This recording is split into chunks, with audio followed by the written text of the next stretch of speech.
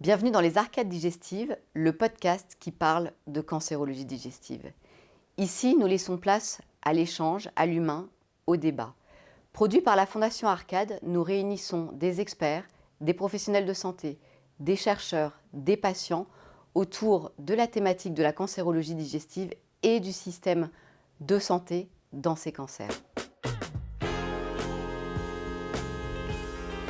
Je suis ravie de vous retrouver pour ce nouvel épisode des Arcades digestives et aujourd'hui, j'ai la joie d'accueillir le professeur Norbert Ifra et Cyril Sarost de Mentières sur le sujet de la stratégie décennale du cancer. Cyril, tu es docteur en biochimie et ingénieur de recherche au CNRS. En 2018, à juste 50 ans, tu as été diagnostiqué d'un cancer colorectal. C'est suite à ton parcours de soins que tu as souhaité transformer ton expérience patient en expertise, notamment en devenant co-responsable du réseau Mon Cancer Colorectal. Aujourd'hui, tu contribues activement à l'amélioration des parcours de soins, à la formation des soignants et à la représentation des patients dans les instances en tant que patient partenaire à Montpellier. Norbert, tu es président de l'Institut national du cancer, ou INCa, professeur d'université, tu as enseigné l'hématologie et la cancérologie. Tu as dirigé pendant 15 ans un réseau de recherche national sur les leucémies aiguës de l'adulte. En tant que clinicien, tu as exercé plusieurs fonctions, dont celle de chef de service des maladies du sang au CHU d'Angers.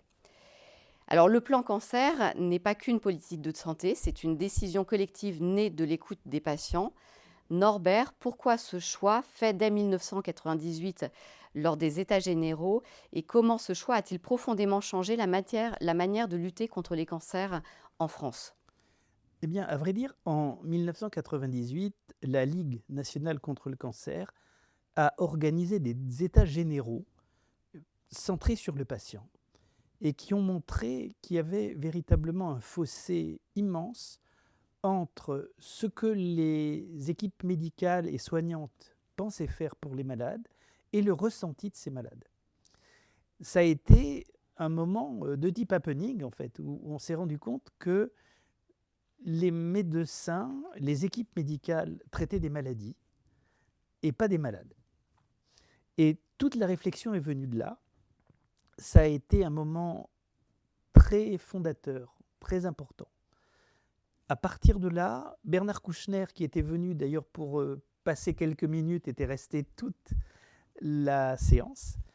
Et il a été décidé de réfléchir sur une réorganisation de la lutte contre les cancers en France. Ça a une réflexion qui a duré 5 ans, je crois. Et le président de la République, Jacques Chirac, a lancé en 2003 le premier plan cancer. Et c'est le premier plan cancer qui a créé l'Institut national du cancer et pas l'inverse.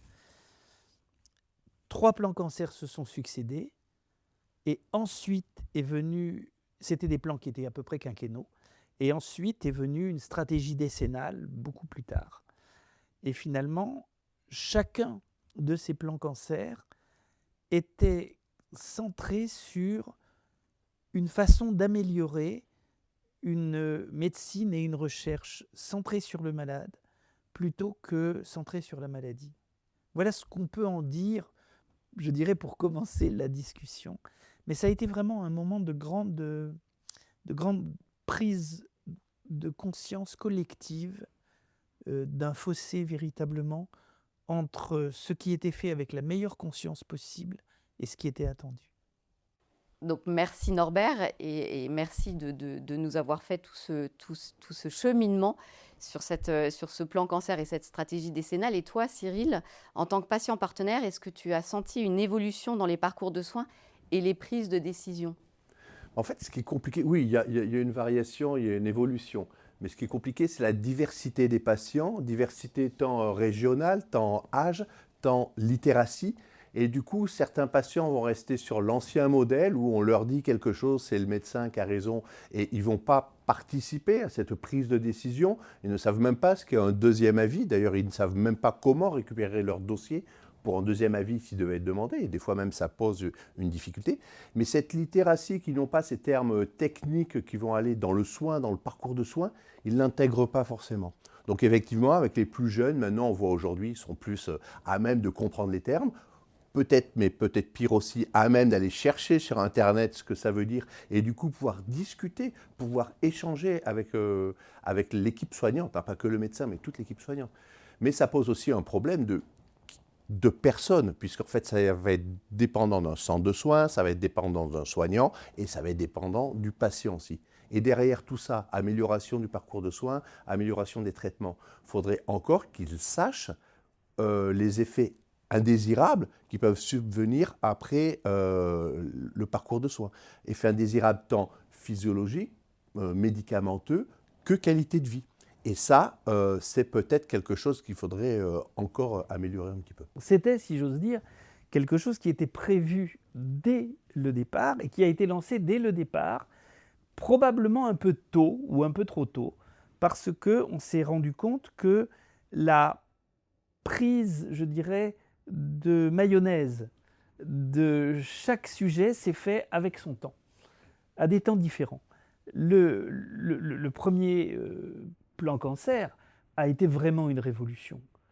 La création de la consultation d'annonces, la création de la réunion de concertation pluridisciplinaire dans laquelle toute une série de professionnels venaient apporter leur pierre à la construction d'une proposition faite au malade qui était véritablement taillée pour lui. Les réflexions autour déjà des recommandations qui ensuite sont venues, je dirais, sans égrener plan cancer par plan cancer, tout ça s'est fait par étapes. Mais à chaque fois, il y avait un aller vers le malade. Que ce soit un aller vers dans une réflexion autour du dépistage, que ce soit un aller vers autour de la littératie en santé. Le problème, c'est que nous ne partions pas loin de zéro, et pour les malades, et pour une frange des soignants. Et pour une frange des soignants qui n'avaient pas la culture d'être challengés et qui l'ont pris plus ou moins vite, plus ou moins bien.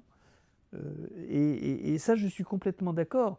Simplement, c'est un sujet qui est venu véritablement nourrir la réflexion de chacun des 3 plans cancer, avec des améliorations qui sont très très franches, et qui est un des grands sujets de la stratégie décennale. La stratégie décennale de lutte contre le cancer, là on rentre dans sa deuxième moitié, elle dit quoi? Elle dit qu'il faut que le progrès profite à tous. Tout à fait, qu'il soit sur le temps. On a servi entrée, plat, dessert en même temps au début. Et là, justement, le mi-temps du plan cancer permet de réajuster, puisque c'est ce qu'on fait, mais dans la bonne voie. Mais ça a été quand même une révolution. Imagine que, en quelques années, avec le décret ministériel sur les régimes d'autorisation, on a divisé par 2 le nombre d'établissements autorisés à traiter les cancers d'un seul coup d'un seul, alors même que tous les professionnels considéraient que les premiers critères étaient, entre guillemets, beaucoup trop laxistes. Simplement, on avait annoncé, et elle est venue bien plus tard, on avait annoncé une clause de revoyure, cette fois-ci encore plus exigeante, forte de l'expérience de 15 ans avec la première version. Je crois qu'on est en fait dans un modèle dans lequel il faut imaginer qu'on ne fait pas un film à partir d'une photo et qu'on s'est mis dans un chemin qui est irréversible et qui est celui de l'aller vers le malade et aller vers son entourage aussi, aller vers les aidants. Simplement, c'est beaucoup de travail. Tu l'as dit, c'est aussi un travail de littératie pour que nous parlions de la même façon, malade, médecin et aidant, lorsqu'on cite un terme. Et ça, c'est pas si évident, et c'est beaucoup parasité par les fake news, les médias, je dirais, électroniques qui disent à peu près tout et n'importe quoi, y compris des choses très justes, mais pas que. Et qui font que, alors que la volonté est de remplacer une médecine de la maladie par une médecine pour le malade, très individualisé, je dirais, le déficit de confiance n'est pas encore complètement résorbé. Et peut-être sur la stratégie décennale qu'on a là sur ces 10 ans, on parle beaucoup de prévention et de désescalade thérapeutique. Concrètement, comment est-ce que ça se traduit dans la stratégie décennale? Alors, la prévention, ça a été le leitmotiv. Prévention, dépistage, c'est très clair que le meilleur cancer est celui qu'on n'a pas. Et que malheureusement, vis-à-vis de l'explication au pouvoir public, il n'y a pas de défilé des gens qui ont évité un cancer et qui viennent s'en féliciter, parce qu'ils ne le savent pas. Donc c'est un travail d'explication, de communication. Mais on sait qu'au moins 40% des cancers sont évitables. C'est extrêmement clair. Les États-Unis, où l'obésité est beaucoup plus fréquente, disent même 50%. Et ça, c'est ceux qui sont démontrés. Vous voyez ? Il y a à peu près 5 à 10% de cancers génétiques. Il y a 40% de cancers dont il est démontré aujourd'hui qu'ils sont évitables. Et dans la frange des 50% restants, il y en a sûrement aussi énormément qui sont évitables, dont nous n'avons pas encore trouvé les clés. Une fois qu'on a défini néanmoins les cancers dont il est déjà démontré qu'ils sont évitables, et parallèlement à toutes ces recherches pour les autres, il faut passer à l'action. Mais oui, le dépistage, la prévention sont des actions permanentes et qui ont été terriblement bien relayées par tous les acteurs de la lutte contre le cancer. Parce que l'Institut, en fait, ne fait que fédérer des acteurs et s'enrichit de leurs compétences. Oui, c'est pour ça qu'on est toujours plus fort à partir du moment où tout le monde fait des campagnes. Nous aussi, on a notre propre campagne sur le dépistage du cancer colorectal. Et sur la partie, pour toi, Cyril, est-ce que tu penses que les traitements aujourd'hui sont mieux ajustés, moins lourds quand c'est possible, avec plus d'attention à la qualité de vie et ces fameux, justement, ces essais dans la désescalade thérapeutique? Est-ce que toi, en tant que patient partenaire, tu ressens qu'il y a une vraie volonté au sein des hôpitaux Alors la volonté y est au sein des hôpitaux et évidemment la recherche va dans ce sens-là et les centres experts, les centres spécialisés sur le cancer vont aller là-dessus. Mais sur le terrain, moi-même, ce que je vois au travers de l'association, c'est pas encore rentré vraiment dans le commun. On reste sur des choses qu'on sait faire. Par contre, ce qui a énormément changé, et là je suis absolument d'accord avec toi, c'est surtout ce qui est la prévention, le dépistage. Et j'aimerais même qu'on aille encore plus loin sur cette prévention et sur le dépistage. On parle effectivement beaucoup d'alcool, de tabac, mais ce qui m'inquiète, moi, c'est la prévalence des cancers chez les jeunes et chez des jeunes qui boivent moins, qui fument moins. Donc il y a peut-être d'autres pistes à explorer. Et on le voit typiquement au Canada, il me semble que le cancer colorectal est devenu la première cause de mortalité chez les jeunes avec le cancer. C'est quand même incroyable. Donc il y a d'autres pistes à explorer. Et ça, je pense que le plan cancer va aller dans ce sens-là. Et ce qui vraiment est génial avec aussi le plan cancer, c'est les soins oncologiques de support. Donc, mais pareil, ça reste questionnable puisque tous les centres ne les proposent pas. Et quand je dis ne les proposent pas, on parle de quoi? On parle des 9 soins de support de l'INCa, on parle aussi des soins de support de l'oncologie intégrative. Il y a une espèce de mélange dans tout ça. Pour les patients aussi, un mélange, ils ne savent pas trop lequel avoir. Est-ce que ces soins de support sont systématiquement proposés dans tous les parcours de soins, c'est-à-dire quel que soit le cancer? Ce n'est pas évident non plus. Et je pense que là-dessus, il y a une vraie avancée. Et là, du coup, ça intègre complètement la qualité de vie pendant les traitements, après. Et ma question serait, mais combien de temps après ces soins oncologiques? Parce que ça aussi, c'est une vraie question. Moi, je vois des patients dans l'association qui disent « Ah, mais moi, je n'ai plus le droit aux soins de support, ou je ne peux pas les avoir parce qu'il y a un reste à charge, typiquement pour l'APA, qui n'est pas pris en charge. » Bon, bref, on est bilanté, mais ce n'est pas pris en charge.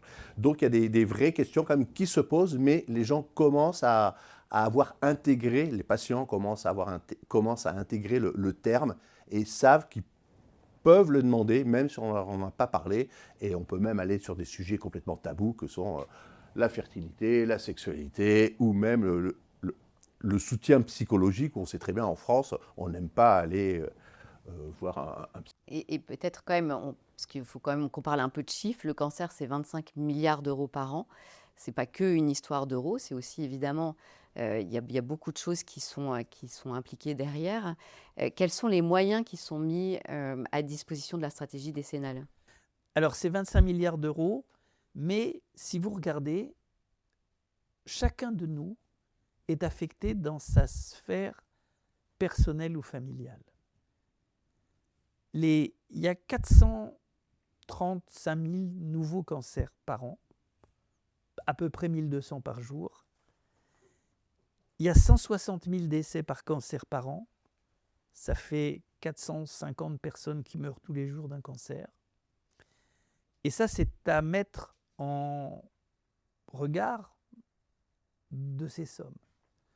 Alors, il faut dire que la stratégie décennale de lutte contre le cancer a été dotée très correctement. Il y a 5 ans, on a eu une augmentation par rapport à ce qu'il y avait eu dans les plans cancer, je dirais de 20% pour 5 ans. Et dans le contexte que vous connaissez et qu'on vit tous les jours, il n'y a pas eu de diminution du soutien à la lutte contre le cancer, en tout cas dans ce qui est confié à l'INCa, pour les 5 prochaines années. Et l'absence de diminution aujourd'hui, ça a du sens. Merci. Et Cyril, donc là, on est à mi-chemin de la stratégie décennale. Donc, il y aura certainement un nouveau plan décennal après. Pour toi, quelles seraient les pistes à envisager? Moi, comme piste, il y en a plusieurs. Bon, ça a été évoqué, les biopsies liquides, j'y crois, mais alors à 100%, et je pense que pour beaucoup de cancers, et ça serait vraiment génial de le mettre en place pour éviter justement Ça a été inventé à Montpellier, la biopsie. Magnifique. Et je connais très bien personne qui en est en charge. Et ça, je pense que c'est vraiment l'avenir. Ça, c'est un premier point, mais comme c'est lancé, c'est super. Je pense qu'il faut vraiment aussi mettre un accent sur la communication, sur le dépistage. Malheureusement, c'est que dans ce pays, le dépistage, il n'est pas très suivi pour les personnes éligibles. Et ça, c'est vraiment dommage parce qu'on sait que ça sauve des vies. Et le message, bien qu'on le voit de plus en plus sur les réseaux sociaux, dans les médias, on en parle de plus en plus, mais franchement, je ne comprends pas ces gens qui sont éligibles, qui ne le font pas. En plus, en tant que patient et en tant que co-responsable d'une association de patients, ça me hérisse un petit peu. Et du coup, peut-être regarder aussi, pourquoi pas changer les bornes de ces dépistages organisés. Je sais que ça a un coût, il y a une raison socio-économique qui est tout à fait légitime, mais comme on l'a dit tout à l'heure, il y a de plus en plus de cancer chez les jeunes. Qui dit cancer chez les jeunes dit impact forcément sur la société, sur le milieu socio-économique. Donc ça serait peut-être bien, mais pour ça, on en a parlé avec la CNAM, c'était l'objet d'un des podcasts. Il faudrait déjà que les gens participent à ce dépistage et du coup, ils le feraient. Après, un autre point qui me semble assez important, et je reste un peu dans cette lecture du jeune et du travail, c'est l'aide au retour au travail. C'est assez compliqué quand on sort d'un cancer, quand on sort de ce genre de pathologie, ce qui est vrai d'ailleurs pour pas mal de pathologies chroniques, c'est cet accompagnement sur le retour au travail, aussi bien juste avant d'y retourner, mais par l'employeur lui-même, accompagner l'employeur à ramener son employé finalement au sein du travail. Et le dernier point d'accélération ou d'amélioration peut-être par rapport à ce qu'on ressent aujourd'hui dans les associations, c'est l'accès à certains essais cliniques pour des patients, parce que on sait très bien, le soignant, lui, il connaît par cœur les essais cliniques qui sont faits dans son centre, encore plus s'il fait partie des investigateurs, un peu moins les autres, et on n'en parle pas forcément, il n'y a pas une connaissance, parce que c'est du temps, il faudrait des gens, pour que ce soit globalisé, et du coup, peut-être qu'il y a, entre guillemets, franchement, je mets des grosses guillemets, une perte de chance pour certains patients. Et le point final que forcément je vais mettre sur le tapis, moi j'adorerais que l'accompagnement par les pairs aidants, patients partenaires, fasse partie des soins de support systématiques, quel que soit le cancer. Merci Cyril. Alors, je dois dire qu'on est assez d'accord sur beaucoup de points, sur tous les points. Réellement, avec évidemment le fait que on a beaucoup de mal à comprendre cette difficulté d'adhésion au dépistage. Le meilleur cancer est celui qu'on n'a pas, et au moins pour les cancers agressifs, si on l'a, qu'il soit diagnostiqué avant qu'il ait pris une vitesse telle qu'on ne peut pas le contrôler. Je crois que ça, c'est vraiment quelque chose qui est essentiel. Et pourtant, mais vous savez, la France, c'est le pays de Descartes, c'est aussi celui des pattes de lapin sous le matelas dans l'unité stérile, après qu'on ait passé 2 heures à expliquer au malade que pendant le temps de sa greffe ou de sa leucémie aiguë, tout va être stérile, y compris l'alimentation, etc. 2 heures d'explication avec souvent une personne de confiance. Et après, c'est quand même très régulier. Et croyez-moi, ce n'est pas spécifique à Angers qu'on trouve une patte de lapin sous le matelas. Ce n'est pas l'équipe soignante qui l'a apporté. Donc, on est dans ce modèle-là. Il faut vivre avec. Il faut vivre avec le fait aussi que, dans le cadre du cancer du sein, par exemple, où on a un objectif, je dirais que 70% de la population cible bénéficie de ce dépistage, on est à un petit peu moins de 50%, mais il y a à peu près 10-15%, plus en Île-de-France, de femmes qui ont un dépistage individuel et qui donc n'est pas compté dans le dépistage organisé, qui est de moins bonne qualité dans l'organisation parce qu'il n'y a pas la double lecture, parce qu'il n'y a pas l'échographie systématique, etc., que le dépistage organisé, mais qui est fait. Et notre travail est d'essayer de faire en sorte qu'il y ait le même service rendu aux femmes dans le dépistage individualisé et dans le dépistage organisé, ce qui permettrait déjà d'être tout près de notre objectif et largement meilleur que la très grande majorité des pays occidentaux. Le problème, c'est qu'il y a une réticence au dépistage organisé qui vient peut-être des femmes, qui vient peut-être un petit peu des radiologues parce que le tarif n'a pas bougé depuis 20 ans. Et puis, c'est aussi un des vecteurs, je dirais, qui permettent de se rappeler qu'on est dans une période de pénurie médicale. Et une pénurie médicale, c'est une pénurie de tous les corps médicaux, radiologues inclus. Alors nous, sur le dépistage du cancer colorectal, c'est beaucoup plus simple. On a cette enveloppe Oui, et du coup, je vous remets à chacun, bah, qu'on connaît bien. Et comme à tous les intervenants du podcast, Dépiste tes darons pour la santé de leur côlon. Et donc évidemment, faites-vous dépister de 50 à 74 ans. Un grand merci Norbert et Cyril pour votre présence. Et puis on se retrouve pour un prochain épisode des Arcades digestives. Merci. Un grand merci d'avoir écouté cet épisode des Arcades digestives. Nous espérons que cela vous a donné matière à réflexion et que vous en savez plus sur l'oncologie digestive. N'hésitez pas à partager et à vous abonner à notre chaîne de podcast. La Fondation Arcade vit de la générosité du grand public. N'hésitez pas à nous suivre et à faire des dons sur le site internet et sur nos réseaux. Un grand merci à nos partenaires qui nous ont aidés à construire ce podcast. Et je vous donne rendez-vous au prochain épisode.